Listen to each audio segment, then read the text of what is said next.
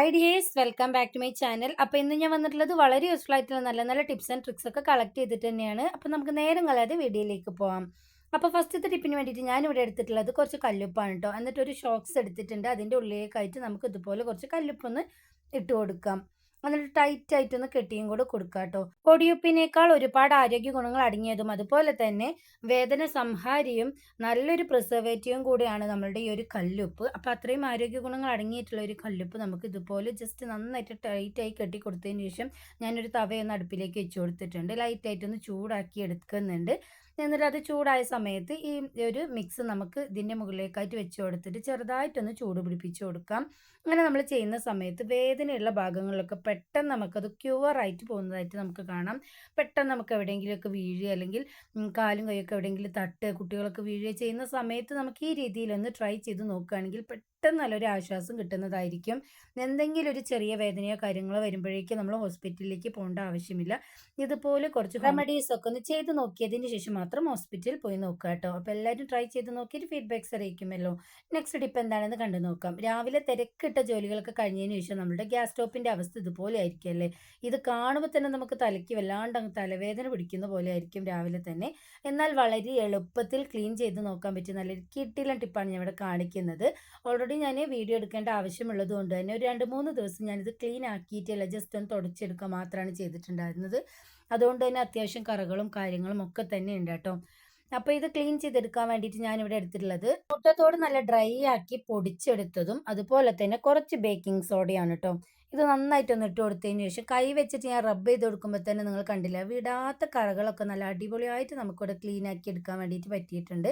ഞാൻ സ്ക്രബ്ബർ ഒന്നും തന്നെ ഉരച്ച് നിങ്ങളെ കാണിക്കുന്നില്ല, ജസ്റ്റ് കൈ വെച്ചിട്ടാണ് ഞാൻ ഇതുപോലെ ഒന്ന് ചെയ്തെടുക്കുന്നത്. അപ്പോൾ തന്നെ അഴുക്കുകളൊക്കെ പോകുന്നതായിട്ട് നിങ്ങൾക്ക് ലൈവായിട്ട് ഇവിടെ കാണുന്നുണ്ടാവും. നല്ലൊരു ക്ലീനിങ് ഏജൻ്റാണ് നമ്മുടെ മുട്ടത്തോടും അതുപോലെ തന്നെ ബേക്കിംഗ് സോഡയൊക്കെ. ഇപ്പോൾ കണ്ടില്ലേ, നന്നായിട്ട് കറകളൊക്കെ ആ പൊടിയിൽ ഇങ്ങനെ പിടിച്ച് വരുന്നുണ്ട്. അപ്പോൾ എല്ലാ ഭാഗത്തും ഞാൻ ഇതുപോലൊന്ന് തേച്ച് കൊടുക്കുന്നുണ്ട് കേട്ടോ. വീഡിയോയിൽ കാണുന്നത് പോലെ തന്നെ നിങ്ങൾ ചെയ്ത് നോക്കുകയാണെങ്കിൽ ഇപ്പോൾ കണ്ടില്ലേ, എണ്ണക്കറയൊക്കെ നന്നായിട്ട് ഇളകി വരുന്നുണ്ട്. ഇനി ഒരു പറ്റി പിടിച്ചിരിക്കുന്ന കറ മാത്രമേ ഉള്ളൂ. ഈ പൊടിയിൽ കണ്ടില്ല, നന്നായിട്ട് അഴുക്കും എണ്ണയും ഒക്കെ നമുക്കിവിടെ കിട്ടിയിട്ടുണ്ട്.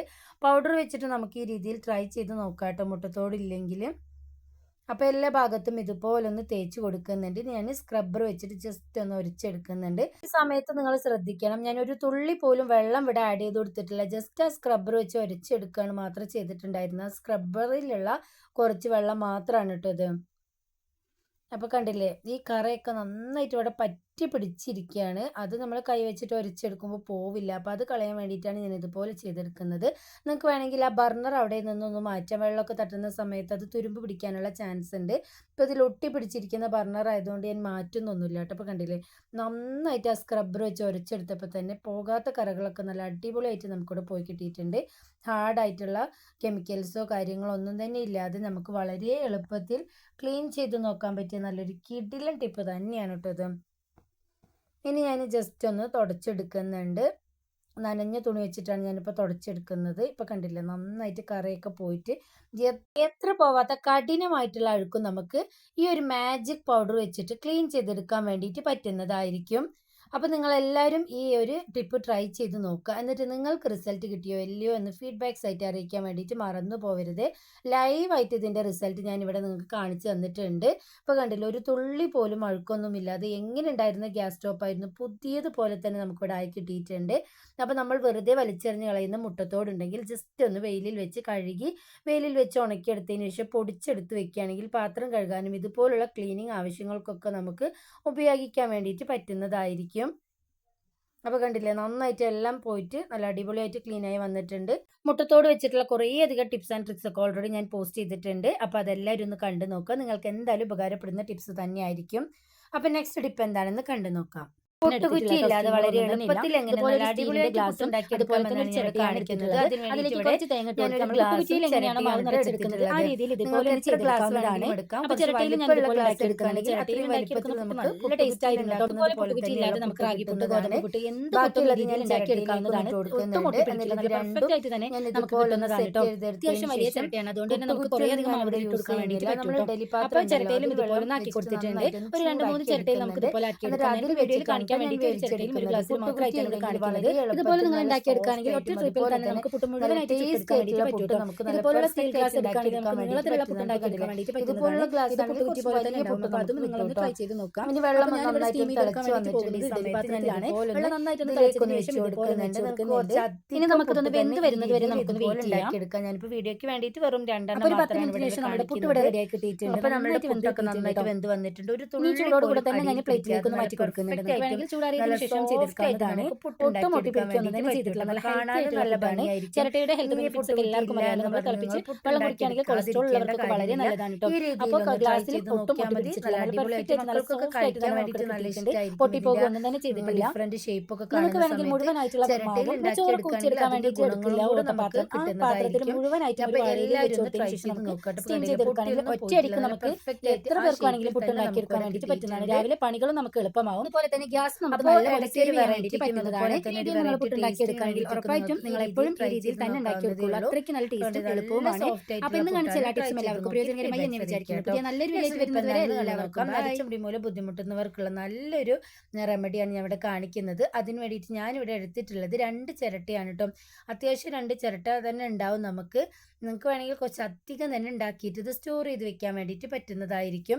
ഇപ്പോൾ ആ കണൽ ഉണ്ടായിരിക്കുന്ന സമയത്ത് തന്നെ 1 ടേബിൾ സ്പൂൺ കരിഞ്ജീരകമാണ് ഇതിലേക്ക് ഇട്ട് കൊടുക്കുന്നത്. പ്രത്യേകം ശ്രദ്ധിക്കുക, ചാരമാകുന്നവരെ നമ്മൾ വെയിറ്റ് ചെയ്യരുത്. അതുപോലെ തന്നെ ചിരട്ട കത്തിക്കൊണ്ടിരിക്കുമ്പോഴും നമ്മളിത് ചെയ്യരുത്. ഞാനിതിലേക്ക് 1 പിടി മൈലാഞ്ചി ഇലയാണ് ഇട്ട് കൊടുക്കുന്നത്. ഫ്രഷ് ആയിട്ടുള്ള മൈലാഞ്ചി ഇല ഉണ്ടെങ്കിൽ അത് തന്നെ എടുക്കാൻ വേണ്ടിയിട്ട് പ്രത്യേകം ശ്രദ്ധിക്കുക. ഇനി ഈ ചൂടിൽ വെച്ചിട്ട് നന്നായിട്ട് ഇതുപോലൊന്ന് മിക്സാക്കി കൊടുക്കാം. ചിരട്ട ഇപ്പോൾ കണലുണ്ട് കേട്ടോ, നല്ല ചൂടുണ്ട്. ഇരുമ്പ് ചട്ടി ആയതുകൊണ്ട് തന്നെ കുറേ സമയം ഈ ചൂട് അതിൽ നിന്നും തങ്ങി നിൽക്കും. അപ്പോൾ അതിന് വേണ്ടിയിട്ടാണ് ഇതുപോലുള്ള ചട്ടി എടുത്തിട്ടുള്ളത്. കുക്കിങ്ങിന് എടുക്കുന്ന ചട്ടി എടുക്കാതിരിക്കാൻ വേണ്ടിയിട്ട് പ്രത്യേകം ശ്രദ്ധിക്കുക കേട്ടോ. കുറച്ച് സമയം വെച്ചിട്ട് നന്നായിട്ടൊന്ന് മിക്സാക്കി എടുത്തപ്പോൾ തന്നെ നമ്മുടെ മൈലാഞ്ചിയൊക്കെ നല്ല ക്രിസ്പി ആയിട്ട് ഇവിടെ കിട്ടിയിട്ടുണ്ട്. ഈ രീതിയിലാണ് കേട്ടോ നമുക്കായി കിട്ടേണ്ടത്. കരിക്കട്ട പോലെ ആക്കിയെടുക്കരുത്. ഈ രീതിയിൽ അതിൻ്റെ ആ പച്ചപ്പ് നിലനിൽക്കുകയും വേണം, എന്നാൽ നല്ല ഫ്രൈ ആയിട്ട് വരികയും വേണം. ആ ഒരു രീതിയിൽ നമുക്കിവിടെ കിട്ടിയിട്ടുണ്ട്. നമ്മളുടെ ഡോക്ടർ വിശാഖ് കടക്കൽ പറഞ്ഞു തന്നിട്ടുള്ള നല്ലൊരു കിട്ടിലൻ ഹെയർ ഓയിലാണ് കേട്ടോ അത്. ഉറപ്പായിട്ട് നിങ്ങൾക്ക് റിസൾട്ട് കിട്ടുമെന്ന കാര്യത്തിൽ യാതൊരു സംശയമില്ല. യാതൊരു കെമിക്കൽസും ഇല്ലാതെ നാച്ചുറലായിട്ട് നമ്മുടെ വീട്ടിൽ ഉണ്ടാക്കിയെടുക്കുന്നത് കൊണ്ട് തന്നെ കുഞ്ഞു മക്കൾക്ക് വരെ ധൈര്യത്തിൽ നമുക്ക് തലയിൽ അപ്ലൈ ചെയ്ത് കൊടുക്കാൻ വേണ്ടിയിട്ട് പറ്റുന്നതാണ്.